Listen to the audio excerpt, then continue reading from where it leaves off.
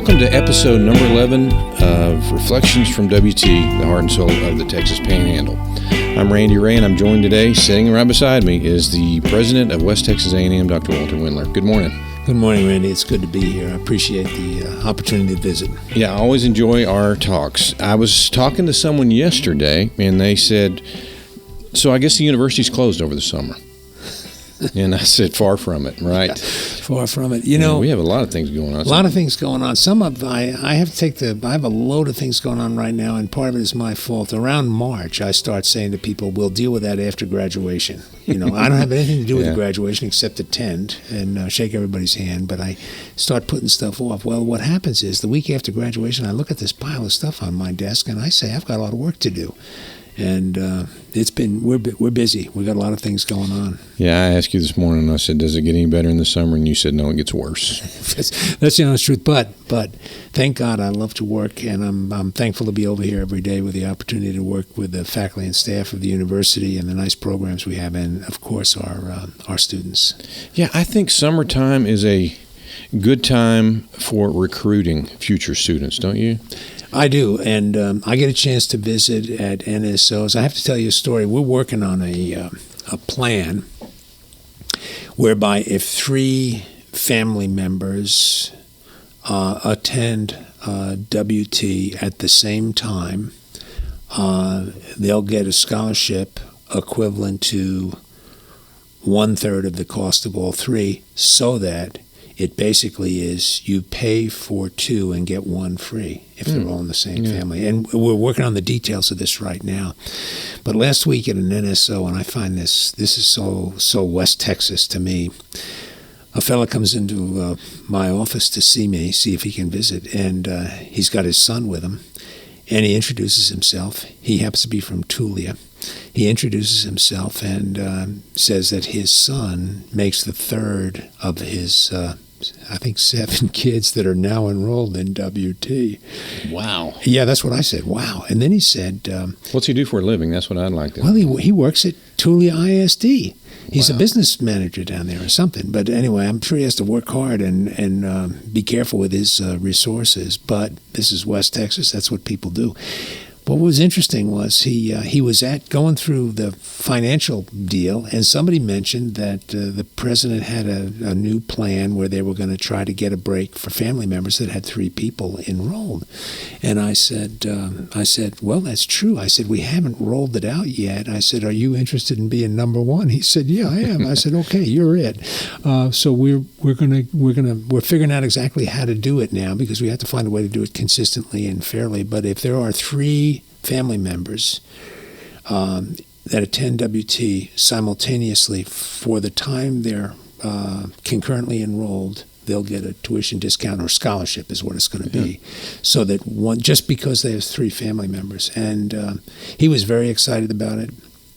He liked the idea very much of attending to families that have multiple, usually it's children, but graduation this year, we had a mom and 2 daughters. And one of those daughters had walked the stage twice. They all graduated together. One of them had walked the stage in her mother's womb the first time. The mom was pregnant when she graduated, and now she walked again the second time with a bachelor's degree, I think, maybe a master's. I can't remember the details. I love those stories. You know,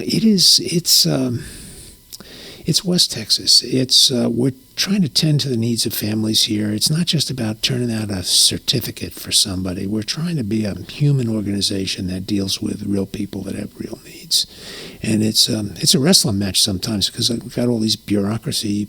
You know, there's just a lot of stuff to deal with. But we're going to fight through all that and find ways to deal with people where they are and try to help them get a good education, which we provide here. Yeah, well, we talked about how things are really happening on campus in the summer. One of the things that I enjoy is camps. Let's talk about camps for just a minute. We do. People tend to think that a college campus is just for college students, but it's really not, is it? It's really not. And I'll mention, give you two examples. One, and John Mark Ballou just wrote a very nice piece on this called Peg the Pig. Or if that wasn't the piece, it was about Peg the Pig. And poor Peg was born actually with a peg leg. One of her legs was shorter somehow. So the students in the engineering camp in our College of Engineering, Mathematics, and Computer Science designed a wheelchair for Peg the Pig. That was their charge for the camp. And I don't know what the final results look like, but the concept was interesting. And they were led by a former student of ours, an engineering graduate, mechanical engineering, who is now at Southwest studying I can't even say what the name of it is. Devices. Prosthetics. Yeah. Thank you, Randy. You want to be the president of the university. I couldn't even say prosthetics. But anyway, that was an interesting example. That's one example of a case where the university is not for traditional age university students pursuing degrees. I'll tell you another one that really just is heartwarming to me.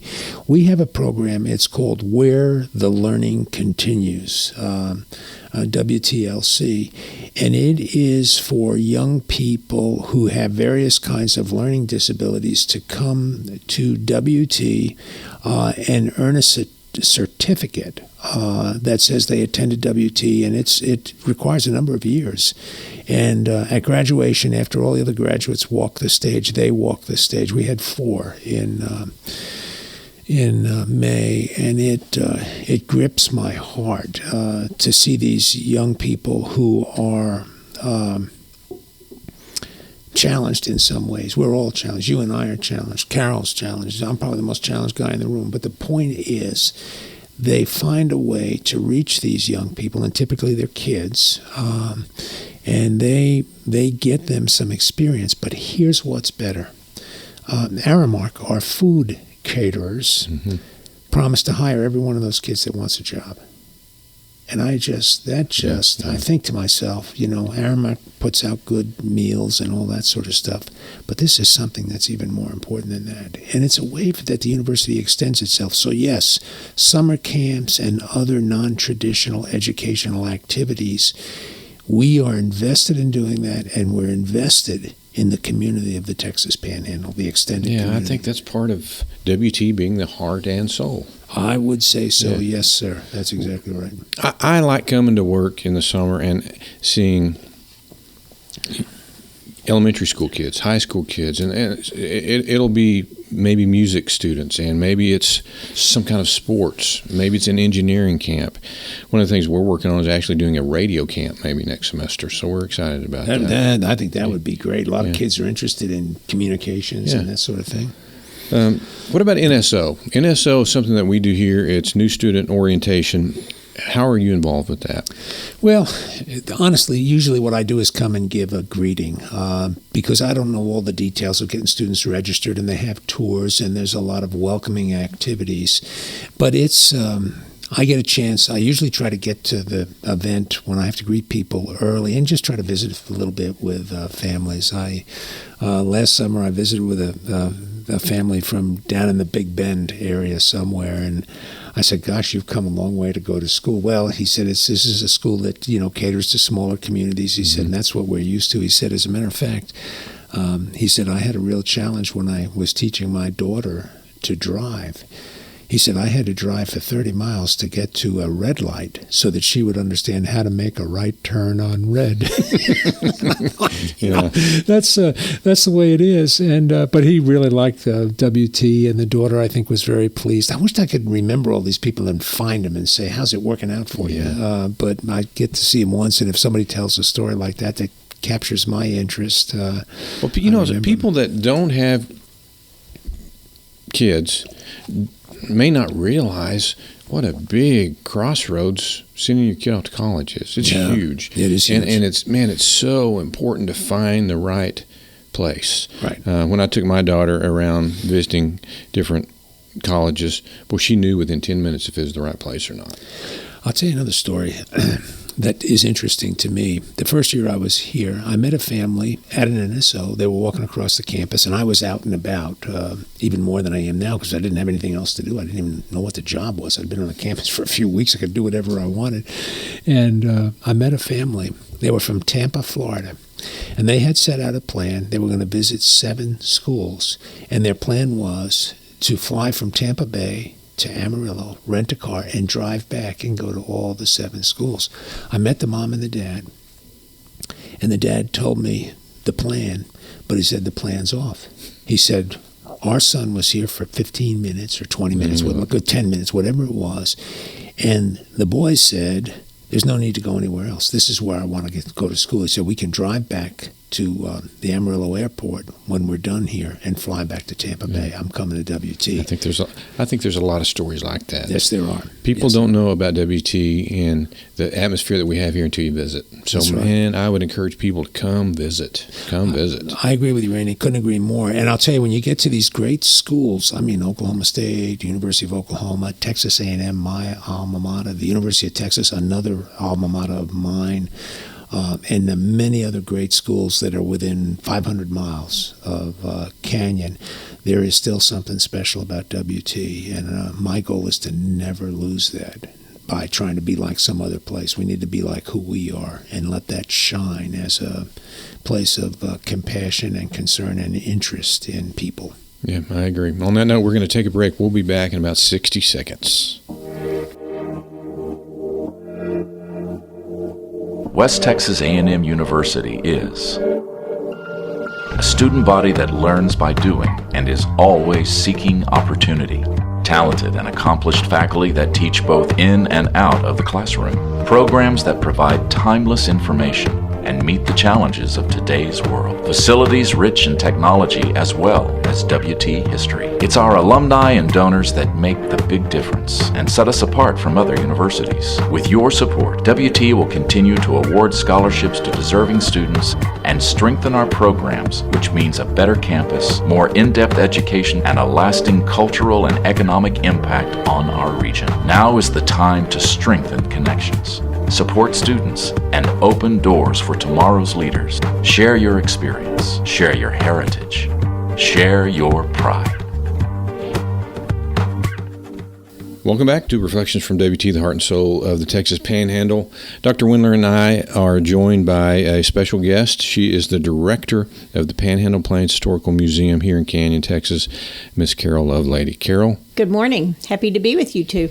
Well, thank you for being here. I read your bio, and it's very interesting. It said that you traveled to the museum for the first time on a train. I did. Tell us about that. Growing up in Amarillo, I was born in 55. So children who were going to school in Amarillo at that time, especially if you went to kindergarten, and that was way back when if you went to kindergarten, it was a private kindergarten. It was not offered through the public schools. And it was kind of the ultimate field trip where you got to come to the canyon with the Panhandle. You got to come on the train to Canyon and then visit the Panhandle-Plains Historical Museum and go to the basement and eat your sack lunch in the basement. And I see lots of people who say to me, "Oh, I came to the museum on the train. It was wonderful." Yeah. And I was lucky enough to go to the museum and get to go to the basement. The basement's just an amazing place. It really is. I know. It's kind of a step back in time. Yeah, it really is. It's a lot of what a lot of us remember. It has the dioramas that are down there. Yeah. It has the longhorn, the stuffed longhorn, and the coyotes, and a lot of those things that are back in the days when they did taxidermy with arsenic in it, and everybody worries about it now. Some of my earliest memories are driving through Canyon, Texas, and I can remember the white buffalo. I can remember the big cowboy, Tex Randall, and I remember going to the museum. growing up, for the longest time, I had a Billy the Kid poster in my bedroom that I bought at the museum. At the museum, in the museum store. So it's a special place. It really is a special place. And it's such a wonderful building. And that's one of the things, every day when I walk under that sign that says dedicated to the pioneers, it makes my heart beat fast. And with all those brands up above it. And that is what people remember about the Panhandle-Plains Historical Museum, is that entrance. They love it. And that's the original entrance. The doors, everything. The room was restored, the Pioneer Hall that was restored in about 2000, I believe. That room is what was the original Panhandle-Plains Historical Museum. Do you know what year that the museum opened? Museum opened in 1933. The Historical Society, which is what gave birth to the museum, the Historical Society was chartered in 1921 by a history professor at West Texas State Normal College named Hattie Anderson. Yeah. I read a story the other day. It was really interesting. Old Tascosa, which was where Boys Ranch is located now, which was one of the first communities in the Panhandle. There was a famous saloon girl there by the name of Frenchie McCormick, and she actually visited the museum later in her life. I thought that was kind of neat to hear. Yes, we've got things that relate. We are getting the bar from Old Tascosa. A family in this area has kept the bar that was at Old Tascosa. And there's a picture that many people are familiar with that shows a lot of dusty, dirty cowboys bellied up to the bar, and that bar is coming to the Panhandle-Plains Historical Museum. That's very exciting. You let me know, because I will. It's a great story. Yeah. What is your favorite thing at the museum? Oh my goodness, there's so many things. I think so many people relate to Quanah Parker's headdress. That's a wonderful thing. And, it's a privilege to work someplace where every day I see something new and I learn something new. So tell us about that new exhibit that's coming in. I think it's really interesting. Oh too. my goodness, it's here. It's already here. We are incredibly privileged to have Teddy Roosevelt's shotgun. It's the shotgun it was his favorite shotgun. And it was made especially for him, and he took it on his famous 1909 African safari with him, and he shot mostly birds with it that went to the Smithsonian Institution for their natural history. Wow. So are you guys always changing? Is there always new exhibits coming in? There are always exhibits. We turn over exhibits about once a year, but we also, and it's on a schedule, it's staggered where everything doesn't turn over all at once. But there's a tremendous comfort in coming to the museum too, because when you come into the museum, you see a lot of things that you've always seen at the museum. Sort of like when they say, they don't take the Mona Lisa and put it in storage for a while. One of my favorite things is to get to go through the old town over there. I mean, I've done it 100 times, and I get a kick out of it every time. It's wonderful. People love Pioneer Town. So tell me what you do as a director.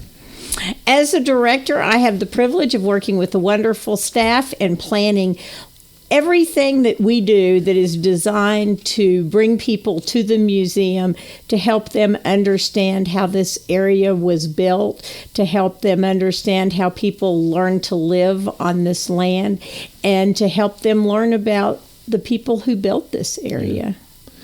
I was having lunch with a fellow yesterday, and I told him today I was doing a podcast with Dr. Wendler and you, and he said, did you know that Carol's dad used to be the mayor of Amarillo?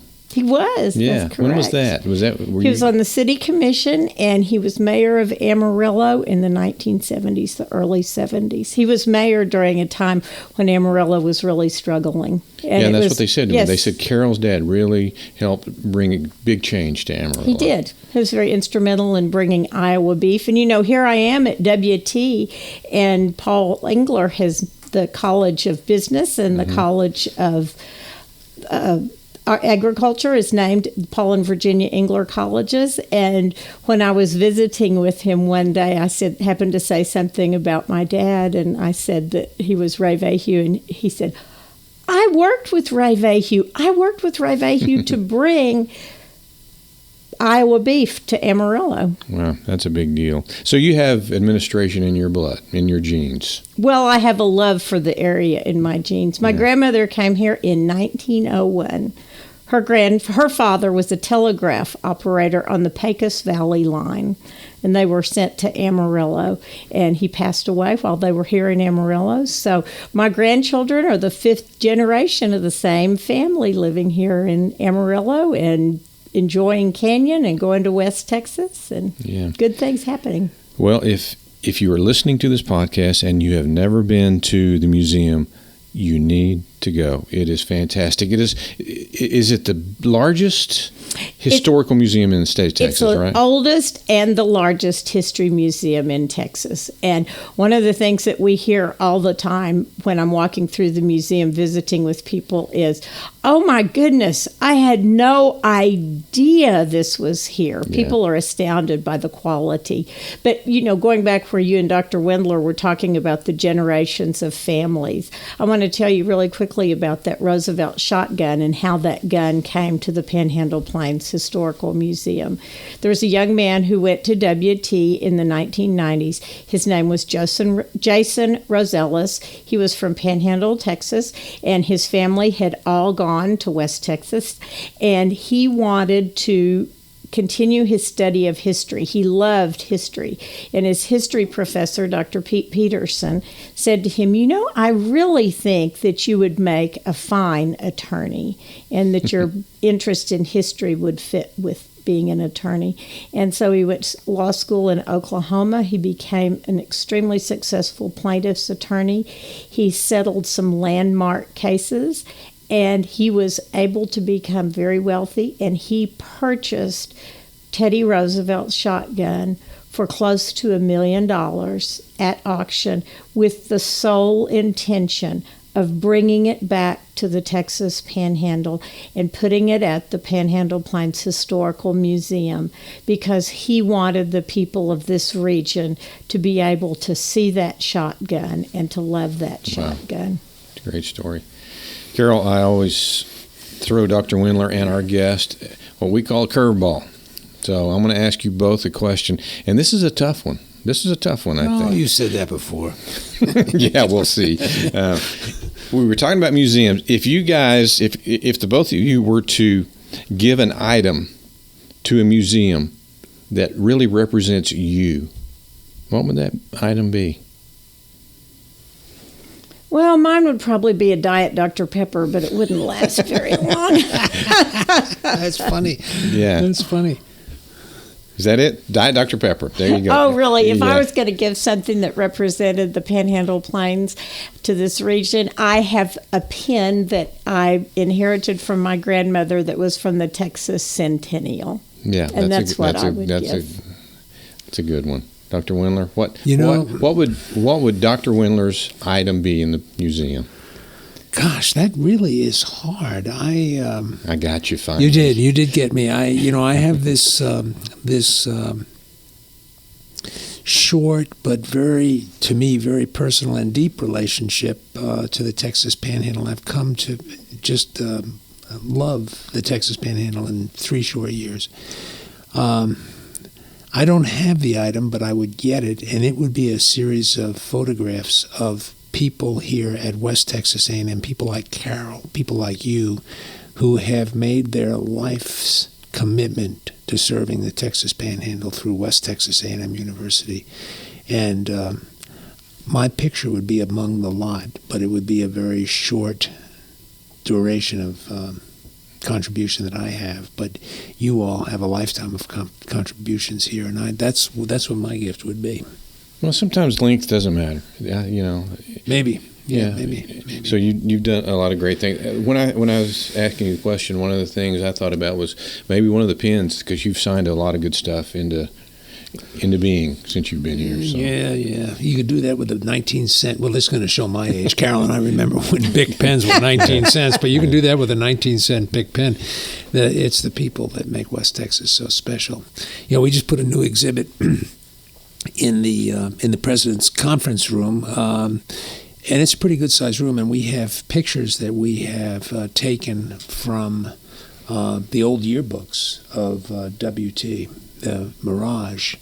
And we framed them, and we have little explanatory cards. Well, the carpenters, I'll say Amos the carpenter was in there the other day helping hang these pictures to make sure they were all straight and everything.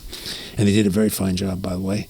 But he told me at the end of this, he said, I've read every one of those little cards underneath the photograph describing J.A. Hill and James Cornette and, the basketball program when they went to New York, and just one thing after another. And he said, this place really is interesting. And he was like he had seen it for the first time. Mm-hmm.